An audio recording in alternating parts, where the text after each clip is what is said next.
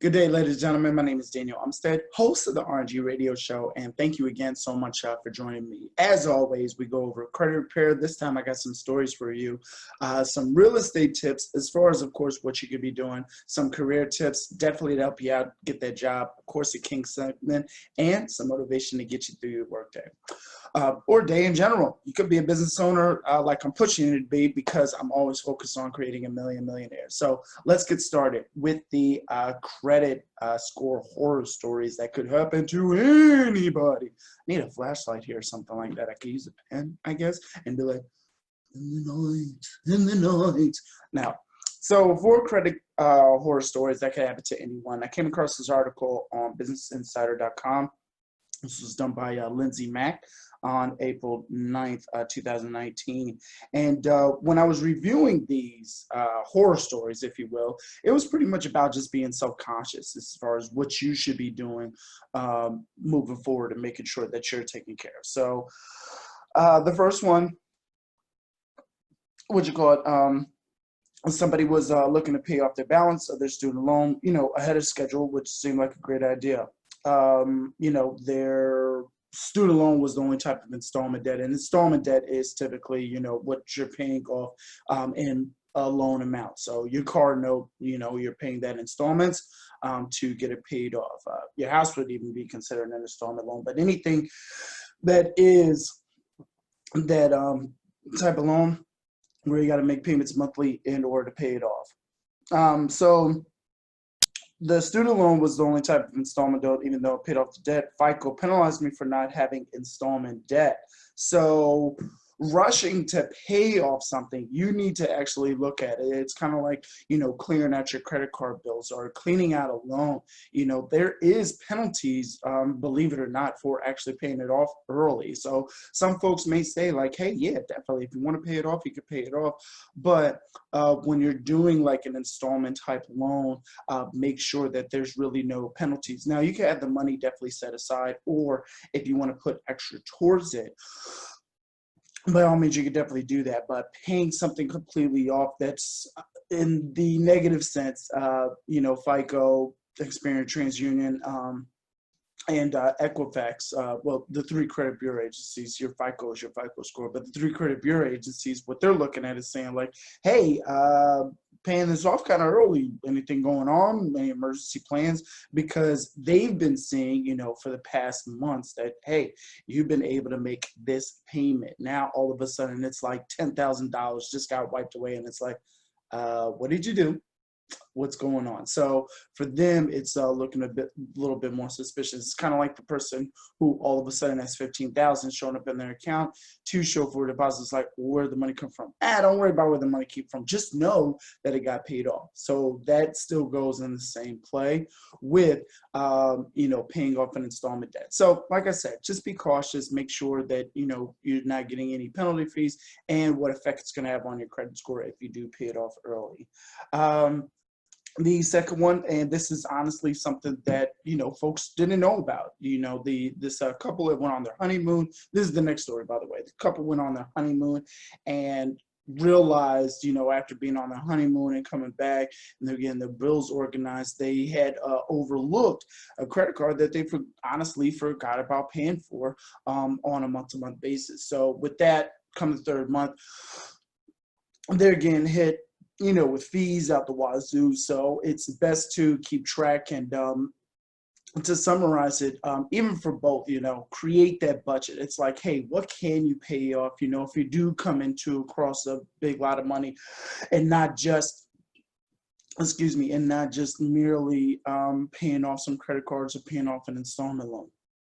Even though it'll feel great, but hey, paying off a car note right now, probably even for myself, probably wouldn't be in the greatest things, because even though the credit score is going to shoot up, at the end of the day, those three credit bureau agencies are going to be looking back and be like, well, hey, how did you pay that off so fast? Because this hasn't been a trend. Now, if you're banking $10,000 a month, hey, to God be the glory. To be in the same position as you this time next year, if not sooner. But, strategize how your funds are going to go. And if you need assistance on that, give me a call, 267-702-3756. The other second story you know, somebody had missed a payment, and then it dropped their score down to the low 500s. There's way to get around that. But like I said, you know, going through some type of credit services repair company, we're going to be guiding you along the way as far as what you should be looking out for and what you could be paying off. The tracker device that I have with the credit services company that I work with is that, you know, it shows you, hey, if you pay this off, this is what your credit score is going to lead to. If you pay this off, this is what your credit score is going to lead to, you know, and with the negative effect, hey, anything that you don't pay will drop your score. So this is why budgeting is important and keeping track of your bills and finances. And then the last one, somebody was moving and had misplaced a box, which cost them several credit points. And what had happened was a book that got caught up, a library book that they had said that they thought they had returned, actually had a check in there that they were looking to utilize. The check had expired, and it's just madness. So from these horror stories that I got, and you know, you could check them out yourself, is that keep track of your stuff, keep track of your items, keep track of your budgeting, keep track of, you know, where your funds are going to be going to, because what you don't want to happen is that in the long run where it's like, oh my gosh, I forgot to pay this, because we've had that. And don't get me wrong, it is still going to happen even moving forward. Hey, who paid the water bill? You know, how come the electric bill was so high? Or, you know, we'll switch around payments to make sure that's taken care of. So be sure that you're covering yourself when it does come to that. Okay, now on to our next segment, and which I like to talk about real estate. So with real estate, as for the folks that don't know, I am a realtor with eXp Realty, but I am under the Robert and Nathaniel Group, so in partnership with eXp Realty. But for whatever reason, if you need to look to buy a home, sell a home, or even rent, feel free to give me a call. Again, 267-702-3756. Now, for my real estate, this is actually for my targeted real estate agents. I went on salesbuzz.com, and there was a B2B sales blog, and it was talking about how many dials per day to get the best results. Now, for those that have seen my past interview or radio shows, I should say, or even listen, you know that I've been talking about, you know, dropping voicemails, you know, leaving voicemails throughout the day. For those that do have the ability to just pick up the phone and call, take advantage of that. You know, you need to get through the no's and just expect, hey, you might have a week where you just have all no's, or you have people cussing you out, or you have people getting mad at you. That's fine. You have tougher skin than that, because otherwise you wouldn't have chosen this career. Some people are just still sitting in their corporate office and saying like, hey, I'm fine. I got my pen, I got my paper, and I'm okay with my hourly rate. But if you're that type of person that wants more, that needs to gain more, then hey, this is the opportunity to become a realtor and get out there and make it work. So how many dollars per day to get the best sales results? You know, first and foremost, I wanted to go over the rule of what you call it, of making, where is it at? Making 100 dials per day. Don't kill yourself. You know, stick with what you're able to do. And I'll be honest with you, you know, and I'm a fully, you know, accountable person and such, because the only way that I can grow and I can get better is letting you know, hey, this is what I'm struggling with, or this is where I'm at, or this is where I should have been at. So for the past month and a half, because I was looking at my Slide broadcast account, and the last time I was dropping voicemails was July 6th. We're already towards, you know, the towards the end of August, and I just recently started back up again. But had I just did a phone call a day, a voicemail a day, and I got a sign up there that says 1 voicemail a day equals 1 deal a day, but had I been doing these things, hey, something as simple as 30 voicemails a day could have brought me 30 dials closer, 30 calls closer, because the idea of you calling, the idea of you dropping voicemails is so you can get closer to your goal. It's not a matter of, hey, I got to hit this 100 marker per day. No, it's a matter of what activity are you doing on a daily basis to get to that marker. You know, if they say, hey, expired listings is a thing, go after expired listings. If your thing is wholesaling, then you should be tapping into those off-market properties and seeing what's available. So, what they put down on here, if you're making $100+ per day, you aren't having any meaningful conversations. And that's the case, folks. If you put yourself in the category of working in an office, and $100 per day, that's typically, let's round it up to 2 minutes. If you got everybody's voicemail or even just a brief conversation. So 2 minutes times 100, that's 200 minutes. Now, break it down into what that hours and minutes means. That is 3 hours and 20 minutes. So you're telling me from 9 a.m. to 5 p.m. in between your breakfast or lunch, you having to use the bathroom for yourself, you're able to work from 9 a.m. to 12:20 p.m. pretty much as back-to-back making dollars. Well, here's the thing. You're going to have somebody that picks up the phone. You're going to have somebody that says they're not interested. And if your goal for that whole day is saying like, well, I need to make $100 a day, you're going to be skipping over people. You're going to be fumbling on the voicemail. Even when I do the live broadcast, I'm still like fumbling or trying to get my thoughts together and saying like, was I supposed to say this? Was I not supposed to say this? Oh, wait, you know what? I don't think I said that guy's first name correctly, and I had to go back and redo the voicemail. So rushing and doing 100 calls per day, take that out of the equation. Now, what they do offer, which I think is nice. No, I don't want to sign up for your free course because you're telling me the free course right now. Is structure your day. And this is the best formula, honestly, that I've seen, and it'll get you through it. Commit to making 40 dials before noon. It's not bad.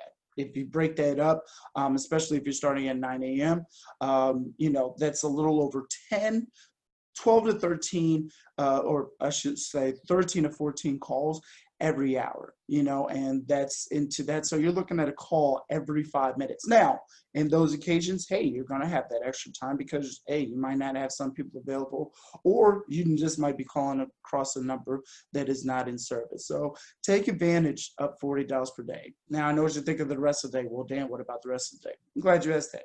Between 1 to 5 p.m., they said make 20 dials from 1 to 5 p.m. Now, that's pretty awesome because it's like, wait, I'm getting an extra hour and half the time. And the reason why they say that is to allow for callbacks, people getting back in touch with you and seeing what you did have to offer, whether it be in regards to doing a CMA for them. And that's just a comparative market analysis. You take their property, compare it with the other properties in the streets that have recently sold in the past 6 months, and go forth from there. If you need help on that, give me a call, 267-702-3756. But take advantage and get on some type of plan, ladies and gentlemen, whether it be the 60 calls a day, whether it be doing 100 voicemails a day, whether you want to, skyrocket and do 500 voicemails a day, but you need to find some type of plan that's going to get you to that next level and going to get you to where you are making bank and making money.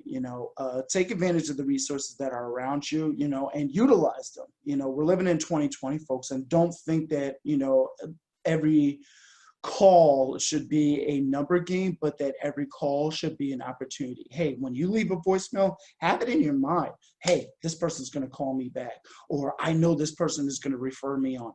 There are so many positive scenarios that could come out of leaving a voicemail compared to a negative scenario.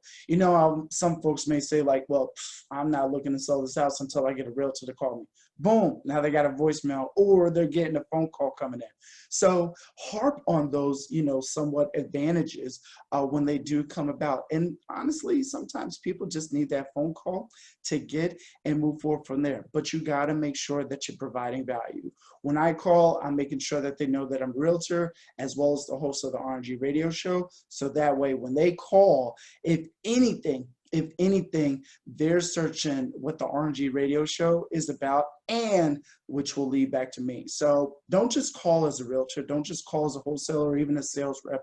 Call as a person that is providing value to that individual. So that way, when they pick up, the first thing that they're doing is that they're getting excited as much as you're getting excited, and they're trying to figure out what value they can put in their life coming from you. So that's a little bit of motivation, but always take advantage of any opportunity where you can give value to folks. So that is the real estate. I'd like to go over next with you in regards to LinkedIn. So LinkedIn had this out, and actually I didn't even get a chance to tell you guys the success story with my future fiance in regards to how she let recruiters know she's open to work. So the way to say that you're open for work now, LinkedIn has it where you could pretty much put up a hashtag saying open for work, or letting recruiters know when you do speak with them or engage in the conversations that you're open for it. Here's my thing: get with the staffing agency or get with the recruiter, what have you, and just honestly put it out there. Put it out there and say, hey, I'm open for work and I'm available, but be specific about your availability. Some folks will say that, oh, I'm only available after I give a 2 weeks notice. I'm only available after I give 1 week's notice. I'm only available, when school starts because I need to make sure that my kids get ready and everything like that. So when you're given your availability, make sure that that availability is coming with specific terms and specific guidelines. My girlfriend since March was honestly looking for a job. I know, greatest time to start looking for a job, coming from Maryland up to Philadelphia. And when she was looking and when she was going through and checking out jobs, she wanted to keep her PTO, because as a consequence, if she didn't, she would have lost her PTO. And I'm like, well, you're going to be moving up here. And it didn't click for me. And I'm like, wait, there are opportunities that are out there for her. But if she switches it up and says that, hey, I'm able to start, stop worrying about your benefits at your current job, or stop holding on to whatever it is that your job is trying to hold on to. Most jobs are at-will employers. Now, at-will employer is literally this: you're able to leave at will, and vice versa. They're able to let you go at will, and they don't have to give you any reason. Yes, double check, but most states have it where you have to sign some at-will employer statement where they don't need to let you know that they could just let you go. They could just say, hey, now out of respect, certain companies that you've been with, like I'm pretty sure the company you're working with right now, I'd be shocked if they just told me one day and said, hey, we're gonna have to let you go. It's just because, without any reason. I'll be like, what? But thankfully, they're not that type of company. But you need to be prepared, and you need to be sure that it's like, hey, I need this backup plan B. So if you have an opportunity out there, the big word is if you have an opportunity out there in which you can take advantage of, and it's going to better you, it's going to better your family, it's going to better your lifestyle, then by all means, go for it. So my advice, my action that you need to put in today in regards to it, and this is going to apply any day, whether you're looking at this a year from now, whether you're looking at this a month from now, this will be applying to you. Hey, if this next opportunity is solid, it's paying me more or at least the same rate, my benefits are going to be increasing in this factor, then hey, let me leave. Because what's going to happen in your life is regret. And what you don't want to happen is a year from now that you're looking at this video saying, dang, Dan was right. I should have taken that opportunity. Otherwise, I would have been here. Now, for me, my missed opportunity, but I definitely probably wouldn't be in the position that I'm in right now. But my missed opportunity was actually at Drexel University. They had me on assignment for 3 months, or were looking to have me on assignment for 3 months. And they said to me, hey, listen, we can keep you on assignment, but it's not a guarantee that you'll be moving into a permanent role. But if you're here every single day, you're doing what you're supposed to be doing, you will get there. And I'm like, I don't know. So I honestly started looking for opportunity, which actually led me to a director of education role at a core reporting school, which shut down because the woman was doing what she wasn't supposed to be doing. But I made a lot of great friends and actually had a great mentor, Mr. Michael Yeager. Don't mind shouting him out since he needs much press and publicity since my man's going to be running for office. And I think he's already running for office, or he's already there. But anyway, long story short though. But yeah, so, there's things that happen in your life for a reason, but there's also things that happen in your life that you could be changing as well. So take advantage of that opportunity if it does come along, and stop thinking that it's like, hey, no, I need to stay here because I need to get my 2 to 3 weeks so I can get my PTO. If it ain't about the money, at the end of the day, leave it. Leave it. If you know that you're going on to a better opportunity, just leave it. So take advantage of what's in front of you or what can be available to you when you say that you're open and ready for work. Now, to discuss with you next, I wanted to go over my king of the day, Mr. Kirby G Raymond. Mr. Kirby G Raymond did a partnership with Reebok, and he's the founder and creative director of Pyre Moss, which is a brand. So I'm going to be reading through this, so bear with me, folks. Kirby G Raymond is the founder and creative director of New York-based label Pyre Moss, which continues to evolve his narrative from nostalgic themes to social commentary. Through the platform of Pyre Moss, Gene Raymond aims to engage with the past, present, and future of the Black American experience through personal storytelling and provocative showmanship.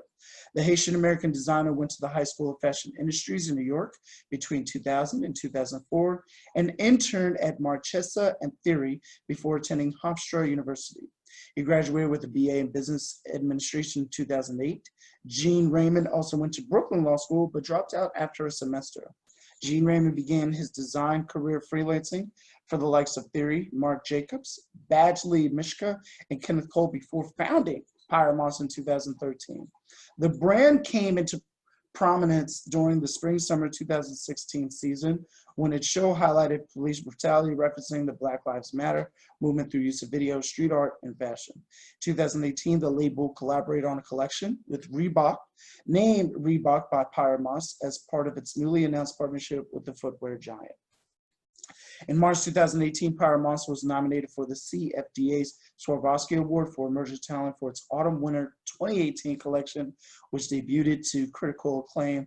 And in 2018, the label won the CFDA Vogue Fashion Fund. In December 2018, he also won Collaboration of the Year at the Footwear News Achievement Awards for his work with Reebok. So, ladies and gentlemen, I present to you King Kirby G Raymond. So that is an honor, especially looking back. You know, we're looking back at 12 years ago and seeing that success, seeing that thumbprint in this world and in this society. You know, maybe not a lot of people who are fans of Reebok probably don't even know, especially with Colin Kaepernick, you know, with Nike, but hearing about this and even hearing more so with Reebok actually looking to do a partnership, it showed that, folks, people are going to be on your side.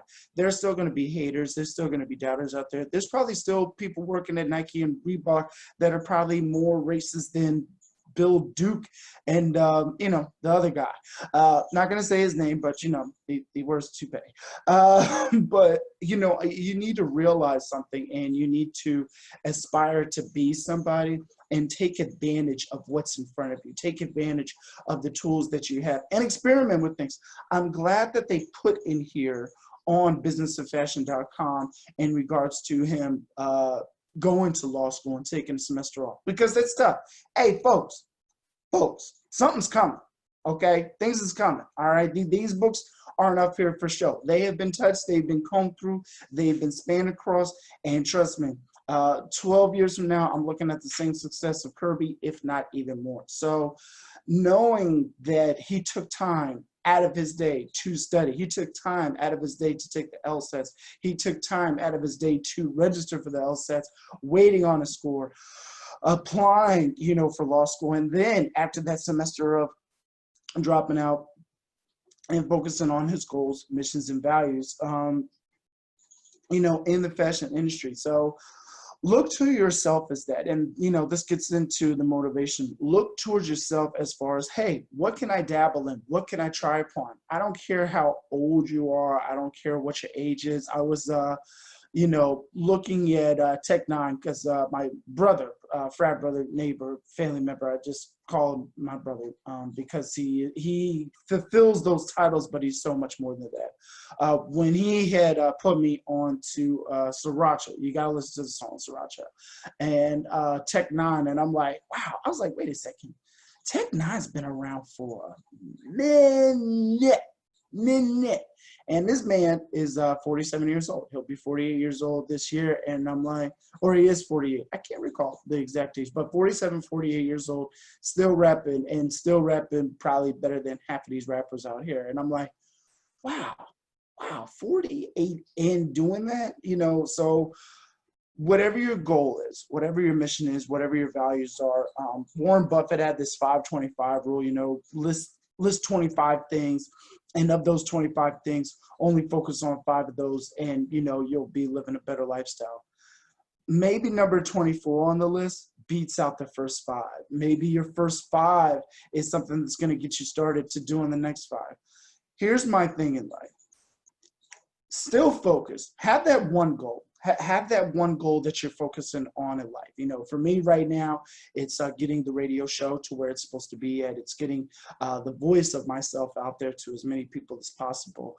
But there are things to follow after that. Law school, neuroscience degree, and so much more. So I'm not saying to stop your goals. I'm definitely not saying to stop your vision. But what I'm saying is that continuously write down ideas and thoughts that come into your head, plans that you want to do, missions that you want to do, because it's something as simple as telling somebody, hey, can you run to the store for me and grab a cup of coffee, medium, hot latte with a little bit of cream and a splash of sugar, is the same way as you could be delegating to somebody like, hey, I have this thought, or I want to put this idea out there, or I want to try this. Bill Gates had nothing to do manually with his hands, nor to the point drawn out. He got an idea. He had an idea for the usage of the public restroom that didn't require any, septic tank or anything like that, which was great.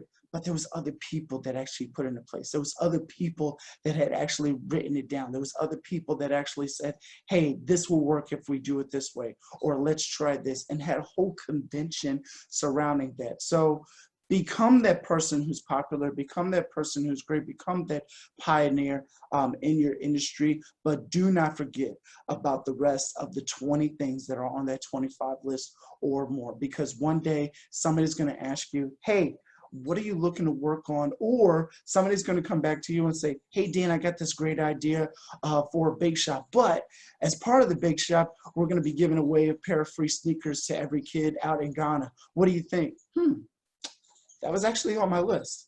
Let's set up an appointment. So, and that's the other thing too, folks. That's the other thing too. Making those connections, making those investment connections will get you there farther. And don't be stealing my idea. If y'all gonna be doing a bake shop with some sneakers, I need y'all to be hitting me up first, okay? 267-702-3756. You think I'm playing? I'm coming at. Listen, I'm gonna be headed to law school, so I'm gonna find you. No, I'm kidding. I'm kidding. No, my goal is to create a million millionaires, folks. So please, with that, if you have any ideas that you want to share with me, it's not just credit repair, real estate, resume writing, or career tips. But if you have ideas that you want to share, that you want to get out there or need assistance with, hey, let me help you out, all right? 267-702-3756. And with that, you know what I'm going to say, folks. You know what I'm going to say. Stay blessed, my fellow millionaires.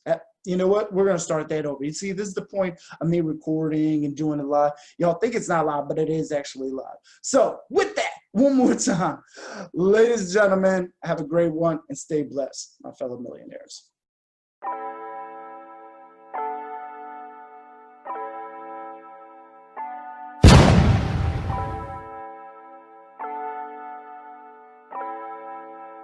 Fleslet on the beat.